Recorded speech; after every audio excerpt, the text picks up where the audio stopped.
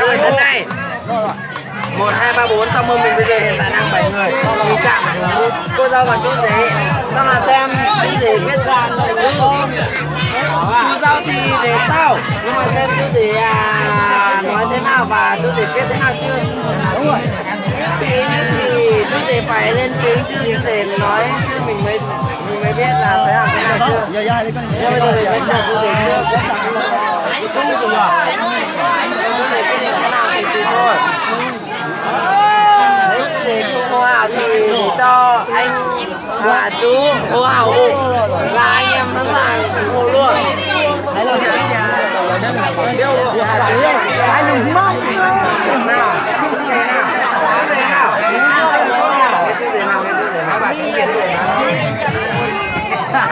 Không nói tiếng không cũng được. Nói tiếng không cũng được. Nói nhưng mà nói to lên cho mọi người nghe thấy. Ba để người này quyết hay người này quyết hay là người nào quyết. Hôm nay ngày vui của chú rể cơ mà. Chú rể và cô dâu ở đây cơ mà. Sao chú rể cứ thèm thùng thế?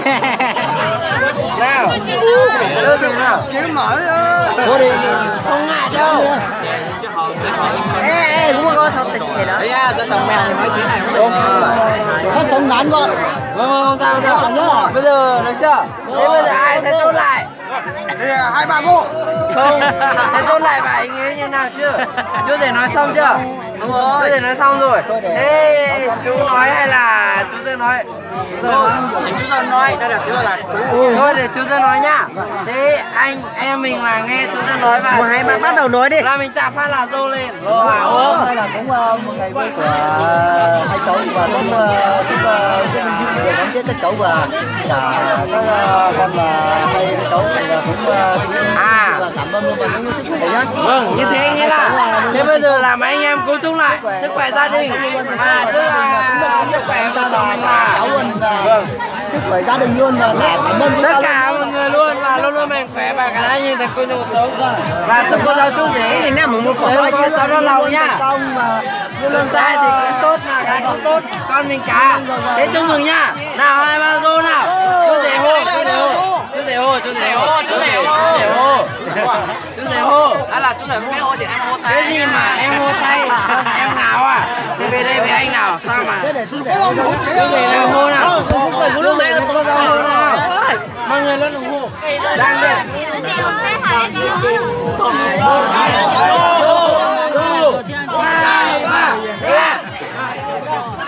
Hai ba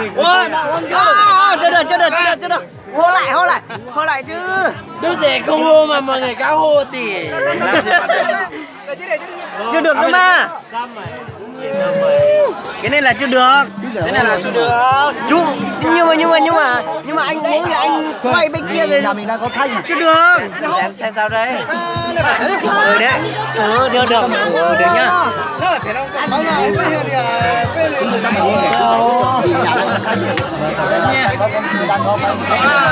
Nhưng mà comment này vẫn cho 10 đó. Cho chú rể còn làm một hai câu xông xáo cho anh em vui thôi. Cháu không làm nha, làm cưới các bạn. Không ngại đâu. Lớn rồi lấy rồi chú cho bạn cái gì. Rồi chú gì cứ này ngại gì đâu. Chú chưa phải phỏng vấn kia. Còn cháu thì Ô nên nó còn cho con trai kìa nè. hết ra. Nên nó còn con tàu tên trai kìa nè. Cháu ngồi mà. Cho nên mình hả nào. Bây giờ là cứ lấy một cái là ngồi. Cháu không biết. Nè cho cần đâu cái này chú ở tại cầu kìa mà. Cái này. Nhưng mà em mình biết cái gì. Anh nhớ.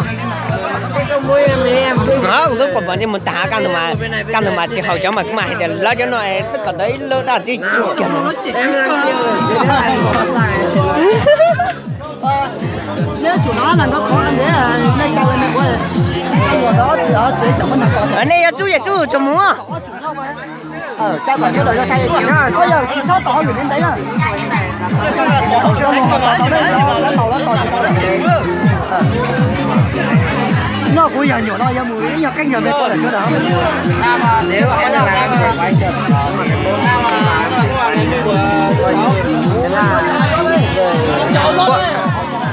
ơi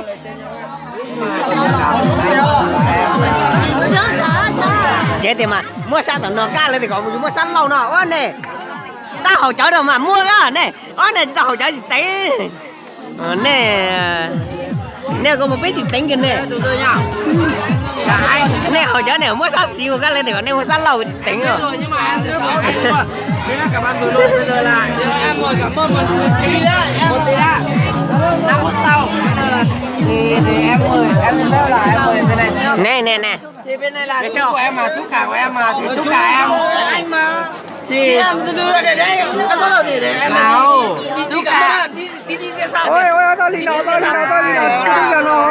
chú đây rồi nó mang đó gì mà có xe hàng nữa là chúng có sẵn tiền nó mua bé mà một em trai rất là chú nào vô thì không phải là chú